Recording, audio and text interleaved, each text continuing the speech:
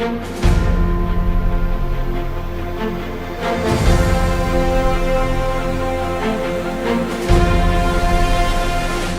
Updates. मुख्यमंत्री श्री साय ने जनप्रतिनिधियों और अधिकारियों के साथ सुनी मन की बात की 121वीं कड़ी। छत्तीसगढ़ चर्म शिल्पकार विकास बोर्ड के नवनियुक्त अध्यक्ष के पदभार ग्रहण समारोह में शामिल हुए सीएम साय। तेलघानी विकास बोर्ड के नवनियुक्त अध्यक्ष के पदभार ग्रहण समारोह में शामिल हुए सीएम साय। सीएम साय ने निवेशकों को दी बड़ी सौगात। निवेशकों को विभिन्न आवश्यक स्वीकृतियां और सेवाएं अब तय समय सीमा में प्रदान की जाएंगी। खबरें विस्तार से। मुख्यमंत्री श्री विष्णुदेव साय ने आज अपने निवास कार्यालय में जनप्रतिनिधियों, अधिकारियों और कर्मचारियों के साथ प्रधानमंत्री श्री नरेंद्र मोदी के लोकप्रिय मासिक रेडियो कार्यक्रम मन की बात की 121वीं कड़ी का श्रवण किया। इस अवसर पर मुख्यमंत्री ने मन की बात को जन जागरण और राष्ट्र निर्माण का एक सशक्त माध्यम बताते हुए कहा कि ये कार्यक्रम देशवासियों को सकारात्मक दिशा प्रदान करने और जन भागीदारी को बढ़ावा देने का अद्वितीय मंच है। मुख्यमंत्री श्री साय ने कहा कि प्रधानमंत्री श्री नरेंद्र मोदी के विचार और संदेश आज पूरे देश के लिए प्रेरणा का स्रोत हैं। मन की बात के माध्यम से देश के कोने कोने में हो रहे नवाचारों, सामाजिक पहलों और सकारात्मक परिवर्तनों की जानकारी आम जन तक पहुंचती है, जिससे पूरे समाज में जागरूकता और ऊर्जा का संचार होता है।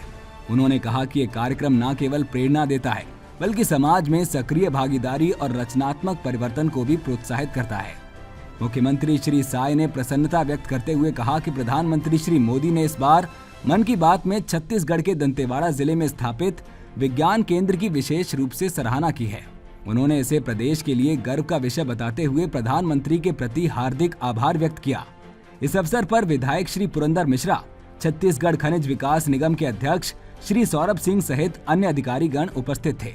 मुख्यमंत्री श्री विष्णुदेव साय आज राजधानी रायपुर में आयोजित छत्तीसगढ़ चर्म शिल्पकार विकास बोर्ड के नवनियुक्त अध्यक्ष श्री ध्रुव कुमार मिर्धा के पदभार ग्रहण एवं अभिनंदन समारोह में मुख्य अतिथि के रूप में शामिल हुए।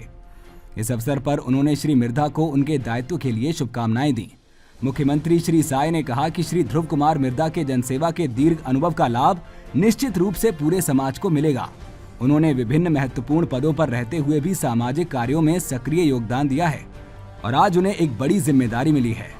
निश्चित ही इस नई भूमिका के माध्यम से श्री मिर्धा रविदास समाज के लोगों को आर्थिक रूप से सक्षम बनाने में महत्वपूर्ण भूमिका निभाएंगे।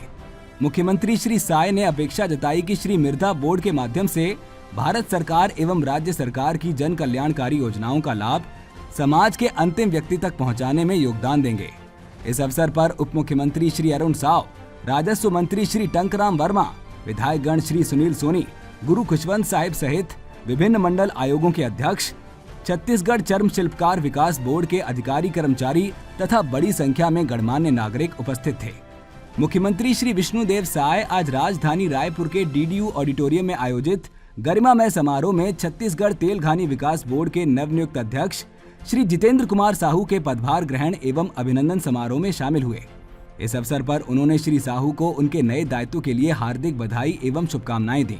मुख्यमंत्री श्री साय ने कहा कि आज का दिन छत्तीसगढ़ की सांस्कृतिक विरासत और परंपरागत श्रमशीलता के सम्मान का उत्सव है, जिसने सदियों से प्रदेश की आत्मा को संजोए रखा है।